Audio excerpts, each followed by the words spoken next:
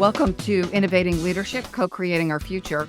I'm your host, Maureen Metcalf, founder and CEO of the Innovative Leadership Institute.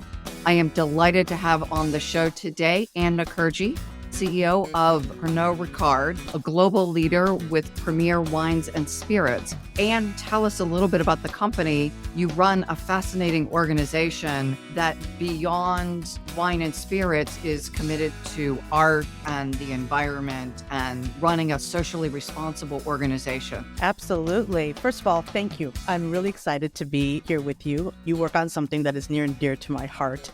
So Pernod Ricard is the second largest wine and spirits company in the world.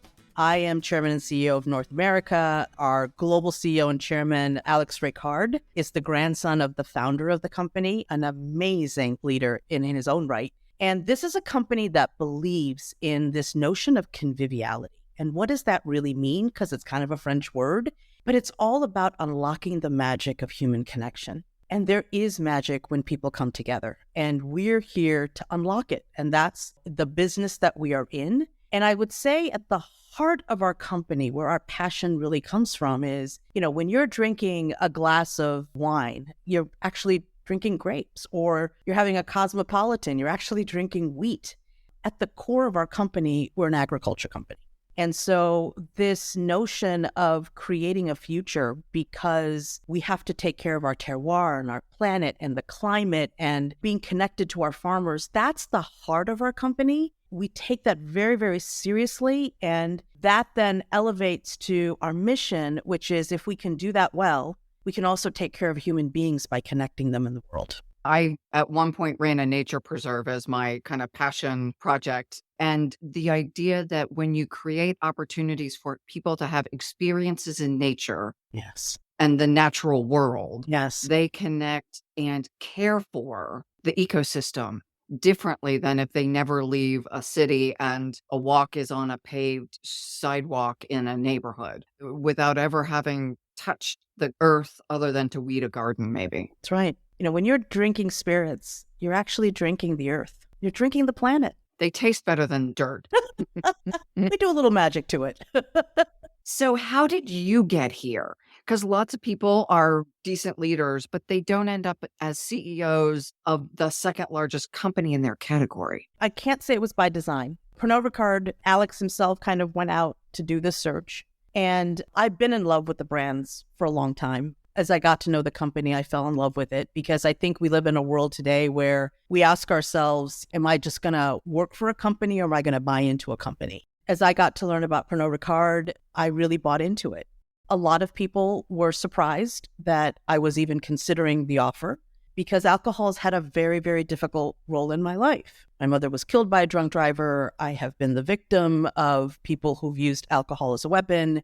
And it was really my husband who said to me, the universe is speaking to you. The universe is saying, this is your opportunity to get a seat at the table. This is your opportunity to right the wrongs that have happened in your life. And if it's happened in your life, it's happened to a lot of other people. So that's how I ended up here. I feel very blessed because while I have an incredible job, for me, it's more of a calling. I work for a company that believes in that, and that makes all the difference in the world. The passion shows. From the moment you and I logged on, it was clear that this isn't just a thing you're doing to have a nice house. Right. It really is connecting to who you are and how you are in the world. And how I think I can give back to the world. What are you most proud of with your accomplishments with Pernod Ricard? You joined in 2019, right? Yeah, I joined 3 months before the pandemic, right? So I literally joined, met a couple of people, and then, started working from my bedroom for almost 2 years.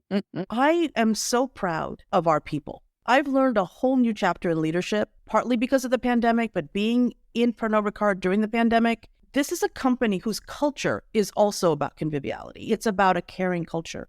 And I've worked in some really more stern and difficult cultures, and this is one where caring about each other and who we serve is so entrenched into the people of this company. We all know that when the pandemic hit, the uncertainty was, we were in a whole new world, right? And I was talking a lot about advancing through ambiguity, this notion of that intersection between knowing what's important and knowing what's in your control. Because there's a lot of things you can work on. And the resiliency I saw in the people of this company blew me away. at the same time, you had George Floyd, Black Lives Matter, political unrest. I also saw vulnerability. I remember that week of George Floyd, I literally canceled all my meetings and went on a listening tour of my employees. And no meeting ended without tears and the pain that people were feeling. That was the other thing that it taught me as a leader, which is they're looking for leaders to be vulnerable.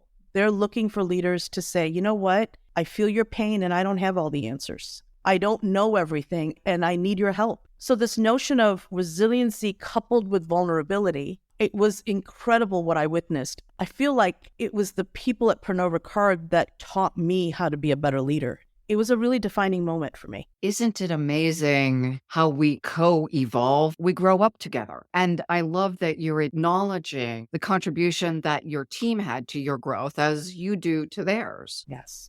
Huge. It was huge. And so many leaders still live in the mindset that they're supposed to have the answers. When we think about leadership of the future, your title, you got to know it all to earn your salary. Those days are in the past. Leadership of the future is about being vulnerable, being a constant learner. Oh my gosh, this ability to be curious and listen to what other people have to say to help you think better. It being inquisitive about the world. I think the other one that people forget as a leader is we're also teachers. If you want a learning organization, you've got experience, other people have experience, but being willing to teach as opposed to tell is a really important aspect of leadership of the future. I want to probe a little bit on the vulnerability. It seems like there's a continuum from I know all and there's nothing you people can teach me, whoever you people is. Right. And then the other side is I don't know anything and I'm waiting for you to help me. Vulnerability paired with ability to inspire. So there's stuff I don't know, but I'm still running a successful company. I'm not clueless. We're in uncertain times. So how do you navigate and message that? Because I think sometimes we confuse authenticity and vulnerability with losing our ability to still command the room and command respect. Yeah. That balancing act's not an easy one, right? And I think it's the difference, what I'm still learning and I'm still evolving as a leader. I'm being very clear about the what versus the how. So as a leader, my job is to make sure that we deliver. We deliver on the impact of our people, deliver on our results, deliver on, our impact to the community. So the what is what a leader has to be clear about. That what comes from experience. It comes from knowledge. It comes from all the things that you expect of a leader. I think the difference is that leaders now have to step back on the how and let more people in on the how, and the leader asking more questions around the how, because leaders themselves, they're not closest to the action. The teams are. They probably have more insights on the how to deliver that what than you ever could as a leader. A long time ago, I had a leader in one of my former companies who taught me this notion of servant leadership, and that the pyramid is actually inverted, and that the CEO is at the bottom, and it's your front line. It's the people who pretty much are running the company, making your products, selling your products and services. They're at the top of the pyramid. You're in service to them. It's one thing to say it. I think it's something else to live it. I struggle with this concept because you're the one who's accountable to the board. Yes. So you are also in service of the stockholders or the owners, whether you're public or private, to your customers. So almost a conscious capitalism kind of stakeholder piece that I serve my employees, but if I overserve them, then I'm not serving the mission. Yes. So it's another one of the balancing acts. And I think we sometimes get so focused on what we have to deliver, the what. We make that the leading indicator, and it's not. The leading indicator are the people. You take care of the people and you give them the right capabilities and the right opportunities. The rest of it really does take care of itself. You talked about doing a listening tour, which I think is brilliant. I don't know anyone who did that in relationship to George Floyd. I do have other clients who do listening tours, but they didn't do it on that topic. How do you measure your employee engagement, satisfaction, resilience, that range of things that's so crucial to helping them deliver? We're kind of disciplined and crazy about stuff like that. We actually every year do a survey on engagement. And It covers everything from well-being to impact to growth to development. Because we use the same methodology every year, we can see, are we progressing, not progressing? We understand versus benchmarks. I will tell you, as we've been doing this since the pandemic, the focus has gone from, do people feel like they're making impact? And the focus now of understanding people's engagement through their well-being has really shifted. When we went on that listening tour, and as we've been going through this, we've put far more stock into mental fitness as much as work capability fitness or physical fitness. We have a lot of benefits around physical fitness, but now we've added so many other programs and benefits to our employees around mental fitness.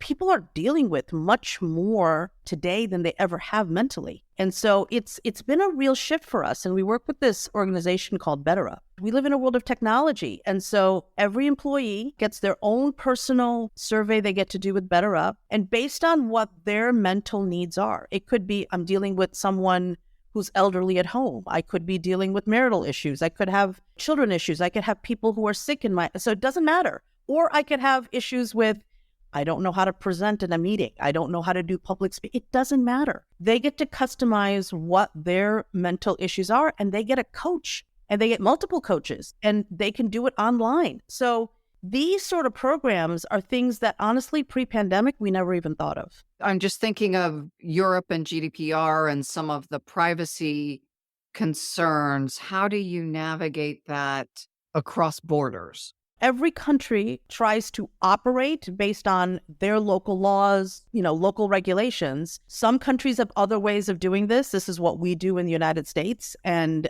here in North America. And privacy is really important. So none of this information ever gets to anyone in the company. No one sees it. 100% private. It gives people confidence. It's helping them cope, not just to be better employees, but better people for their families, for their communities. I always talk about the fact that if you truly care about the people that work for you, start with caring for them as human beings first, and then as an employee. I talk about it all the time. If we're going to develop you and you feel your calling is somewhere else, and we were a part of that, we wish you the best.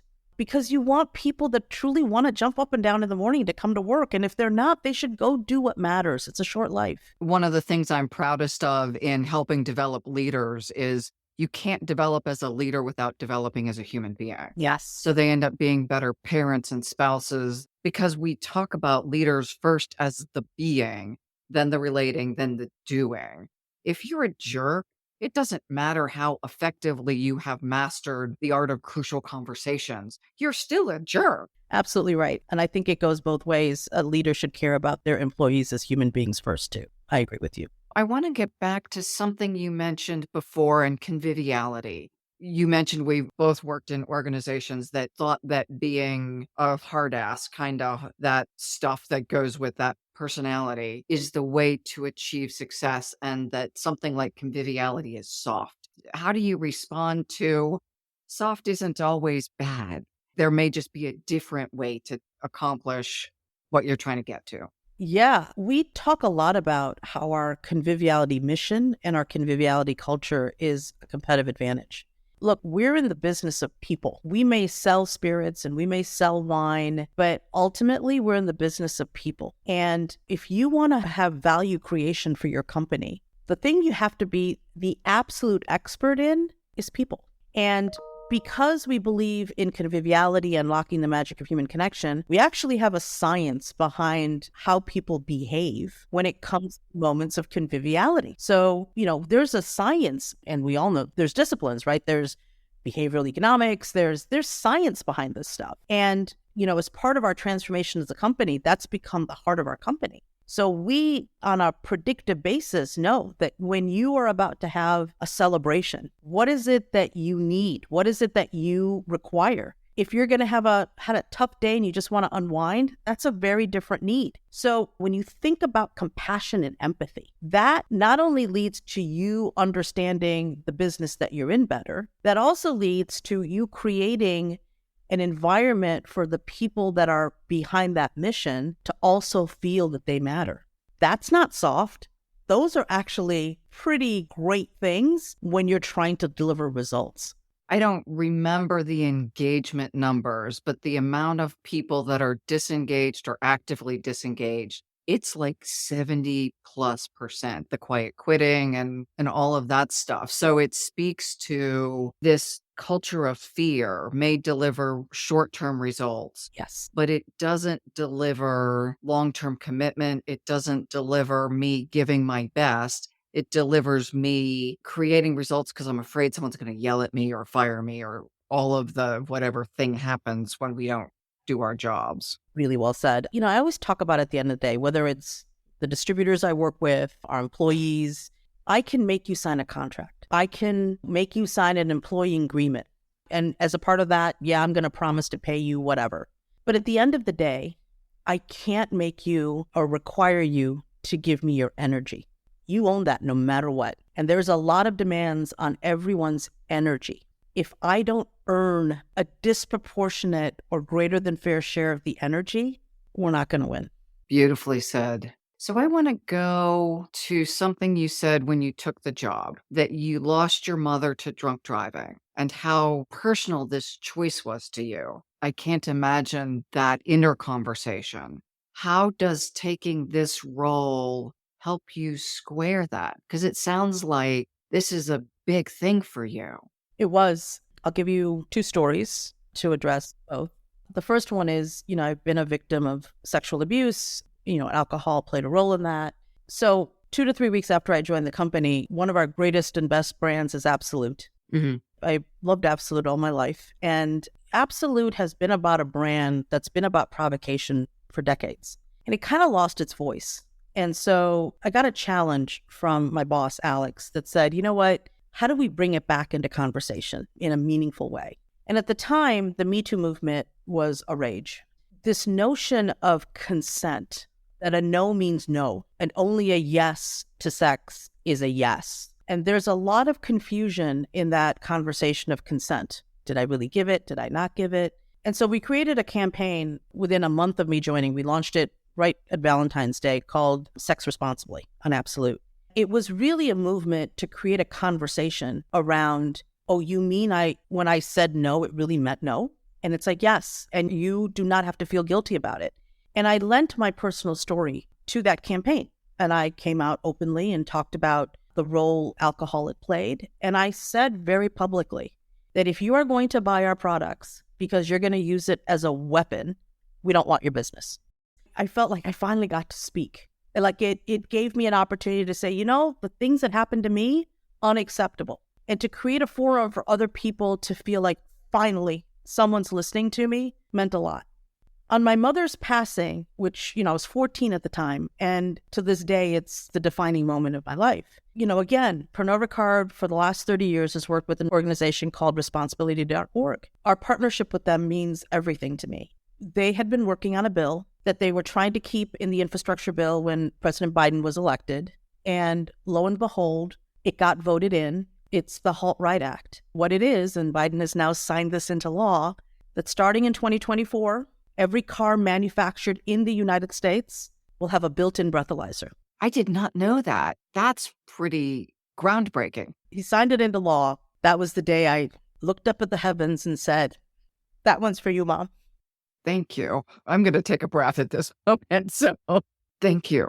Thank you for asking. So when you ask me why I work at Pernod Ricard, that's why. And the difference you get to make, I've also had sexual violence. So creating the voice for women to be able to say no means no and have the conversation. Yeah. That we get to have the conversation, because the stats are astounding how many women have been victimized and I would say are now survivors. Yes.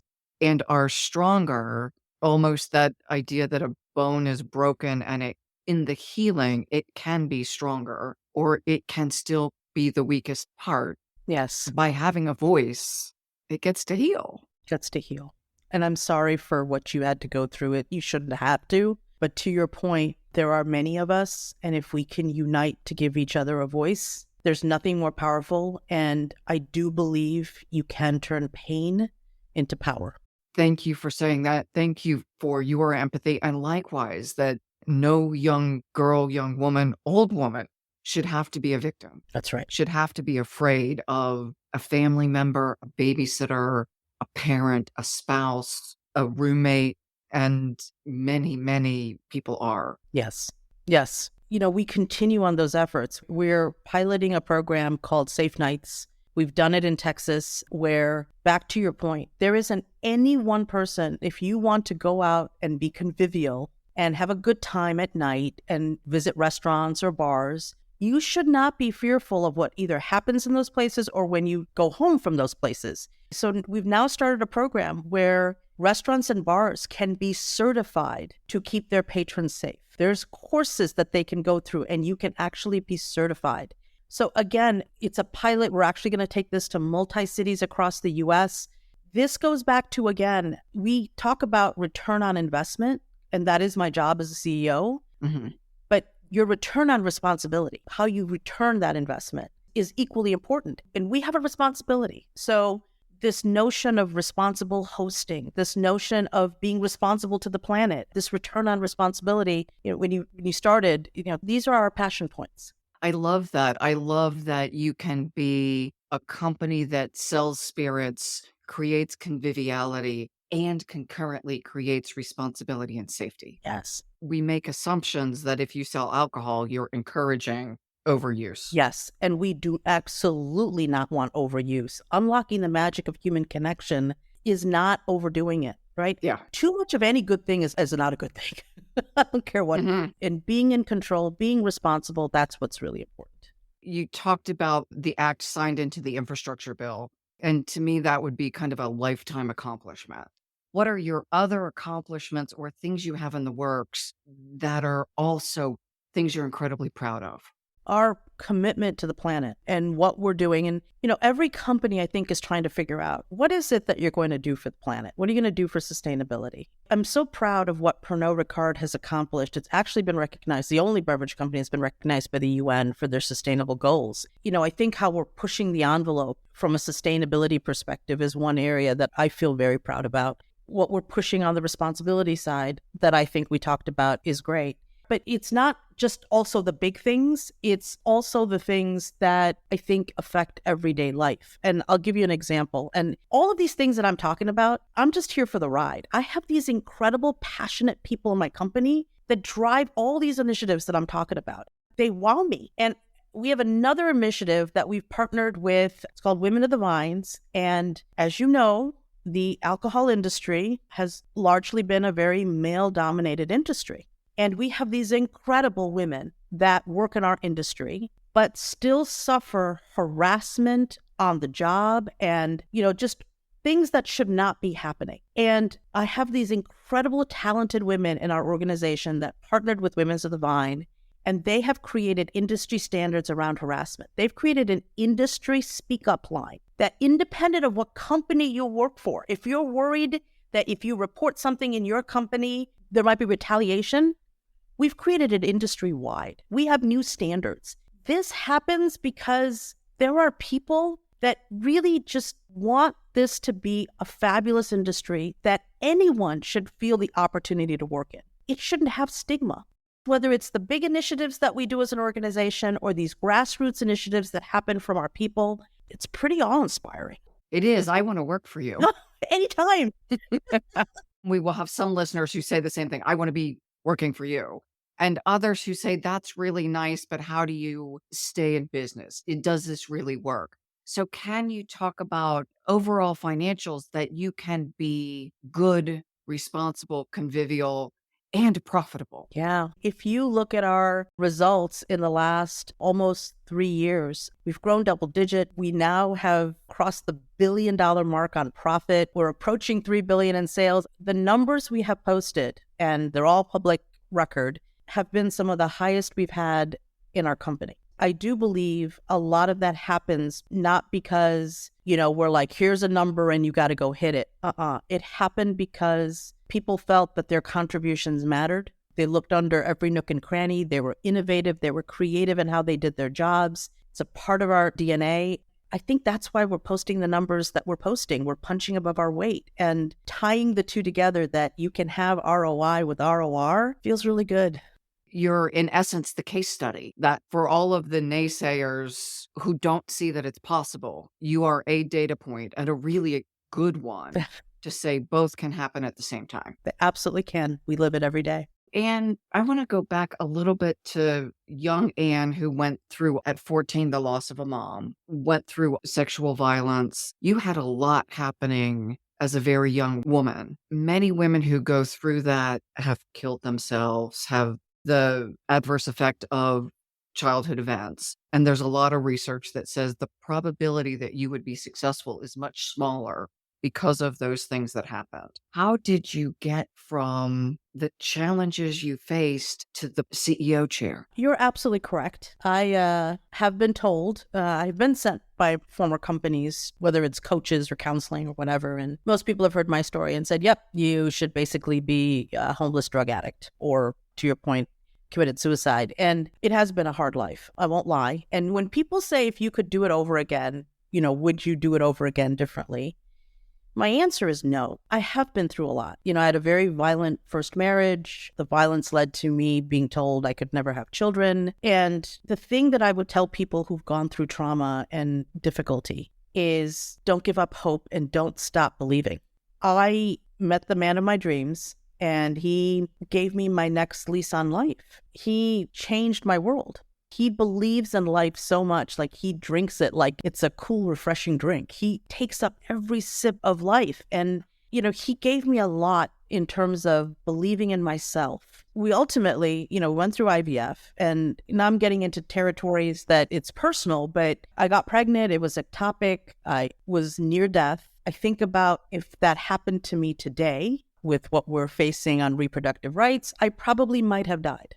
But we went through IVF. Took me 4 years. We have 2 beautiful twins. But again, within the first 5 years of their life, my daughter was diagnosed with cancer. By the way, she's in remission. She's doing great. They're all in college. It's fabulous. I love them. They're amazing.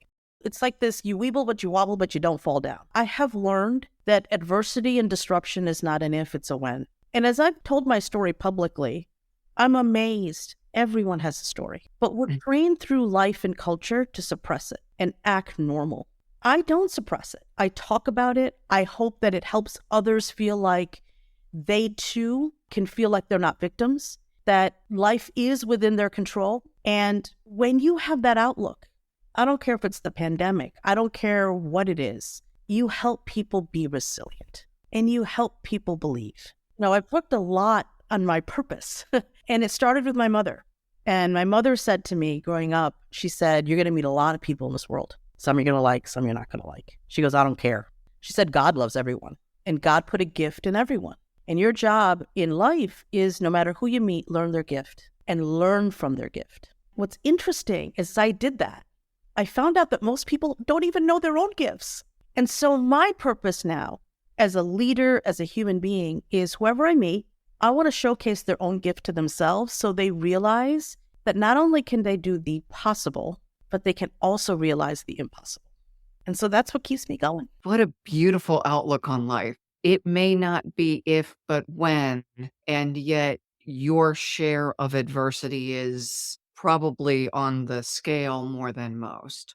I realize you can't exactly weigh loss of a parent versus cancer because that's a conversation that isn't worth having. But moving from victim to survivor seems pivotal. I would even go one step further. I think people can go from victim to thriver. It's what you said. When you have that broken bone, that bone can grow back stronger than it was before it was broken. If people can feel that and believe that and help each other to do that, gosh, it would be a better world.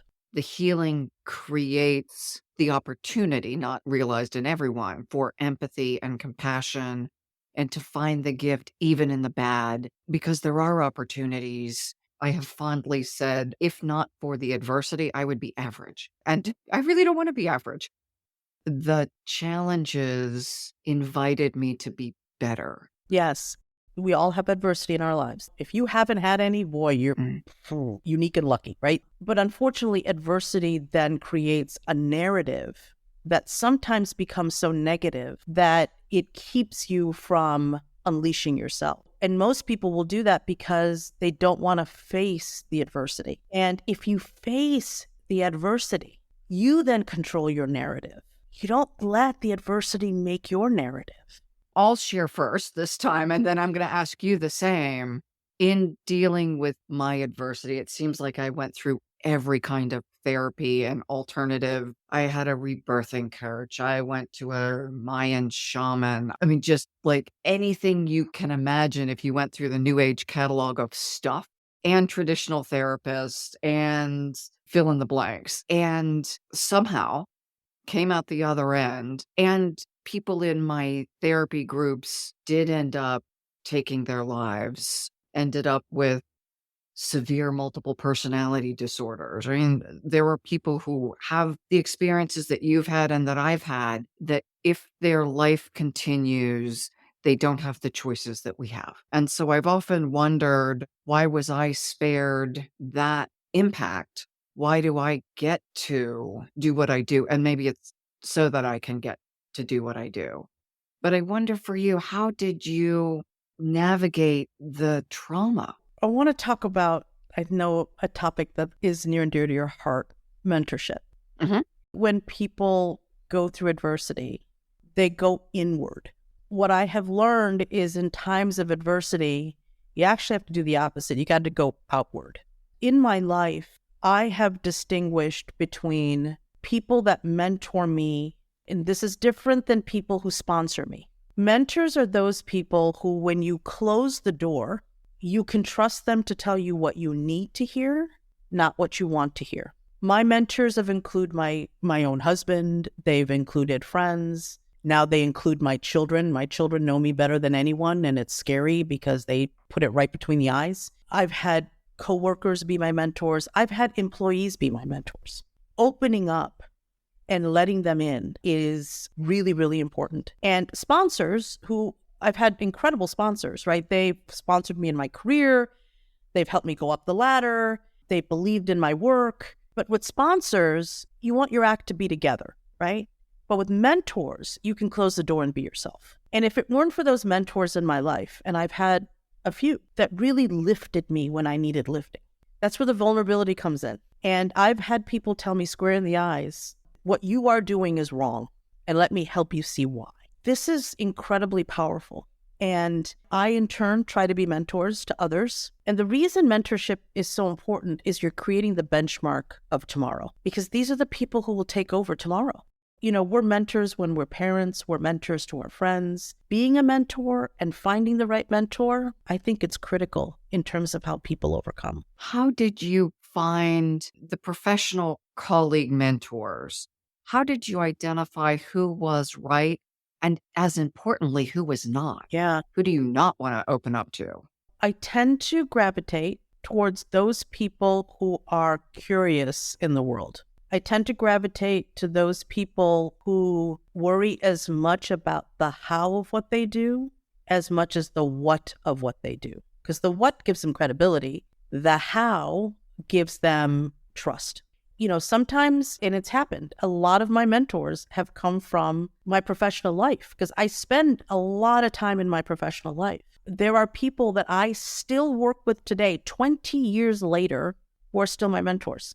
But they're smart, they're curious, they're caring, they're consistent of who they are as a human being. And these are the qualities that I look for. Not only do they become lifelong mentors, they become lifelong friends. Some of these people have worked with me, worked for me. They were partners with me. And if anyone who's listening to this podcast, who are these people, they'll know who they are because they're pivotal in my life. They're absolutely pivotal. Do you have a regular cadence of meeting with them? Or it's when you need it, or it's different for different ones? I wouldn't say there's a normal kind of relationship cadence. When I'm in adversity or I need help, I make that call. And it's for people to have these relationships. They're like plants. You have to keep watering the relationship. So when you want to pick the flower, it's there. So these people have been in my life for decades. Then along the journey, I might meet someone new. I'm always on the lookout because everyone else always makes me smarter. I'm not smart enough by myself. Even that statement says you're probably smarter than most because you take the time to get smarter. You're investing in them. So much to learn. We talk about the mindsets of a future-ready leader, and one is intellectually curious, intellectually versatile. Yeah. You're always learning. Yes. We have to be. Yeah. The reason curiosity is important, and, people ask me, hey, Anne, what advice do you have for me as I, go to school or I, start my career? I always say to people, exercise both sides of your brain. And I will tell you that intersection of when the right and left side are working equally, that is the future, because the problems are getting more wicked and complex. We all know that. People laugh at me when they hear that one undergraduate degree was in economics and my other degree was in religious theology. Part of it was just I needed to exercise both sides of my brain. Economics was great. It was the study of human behavior from an economic standpoint. That's great. But really, the motivation for people is always money? No, it's not. So that's why I did religion. I wanted to understand what drove mankind and humankind. And the fear of death is one of the biggest things we all deal with that unites us. So what other motivations do people have? So that's really in my career. People ask me, what's one of the secrets of your career? I would say it's my educational background. You must be highly sought after as a mentor, and you can't mentor everyone. Certainly the number of people who would seek you, that's all you'd be doing all day. How do you navigate that conversation? Because my guess is you would like to mentor everyone. I do get a lot of requests, and I try to exercise what I say. I tell them what they need to hear, unfortunately not what they want to hear. I'm very open about expectations. And I say to them, I would love to mentor you, but I'm going to be honest with you. I don't think I can give you what you need, and I don't want to in any way mishandle the relationship. So I'm very upfront. If I cannot do it, if I cannot commit to them what they need, I will very politely decline. And it happens to me all the time, and it's painful to say no. But it's better to say no and not disappoint than to say yes and devastate them. One of the people I interviewed said that she looks at public figures. And one of my friends talked about Madeleine Albright as her mentor. Not that she hung out with Madeleine Albright, but that what she learned in reading about and following her speeches and things like that, that our mentors can also be public figures who we've never met. Yes. So funny you mentioned Madeleine Albright. She's one of my heroes. I was very fortunate to get to meet her before she passed. And I told her, I said, you inspire me so much, Secretary Albright. And, her pins. She made statements with her pins. There's that famous story how it all started with Saddam Hussein. And I said, you inspired me, Secretary. And I showed her my nails. And the way she does her pins, I do my nails.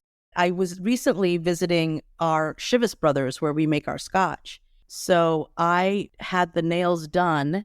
So it was our brand symbol for Chivas. So every time I visit a brand, I put their brand on my finger. When the Ukrainian war started, I had the Ukrainian flag on my nails. When we did Sex Responsibly was on my nails. During voting season, I had Vote Now on my nails. So I think you're absolutely right. There are people we don't even know, and we watch their acts in life. We can absolutely say, well, what's my version of that? I get the question, and I know this is crazy, so I'm just going to leave you with this. They said, who was your first mentor as a child? Okay, you're going to think I'm nuts because the person was dead. It was Cleopatra. I remember reading the biography of Cleopatra and thinking, oh my goodness, talk about a woman in a man's world. And look at what she did ruling one of the most powerful countries of that time. What she used, her guile, her intelligence. And I was like, I want to be like. What she taught me is use your powers as a person to make the impossible happen. And I learned that lesson from a mentor that I never got to speak to. And you've done that. I hope. I got a long way to go. So, Anne, I'm mindful of time. Thank you, thank you, thank you. Thank you. How would people learn about Pernod Ricard? How would they learn about you? We're all online these days, right? Come to our website, Google me. We're very public about what we do and what we stand for. We believe in building the value and the values of the company. So come visit us. We love people and we love unlocking the magic with you. Thank you. And you have certainly unlocked the magic in this conversation. Thank you to you. Thank you to Pernod Ricard. Thank you for those who coordinated our conversation. And for our listeners, thank you for engaging in the conversation. Please take what you learned from Anne and consider what you can put into practice in your own life. Please follow us on LinkedIn and visit our website, innovativeleadership.com.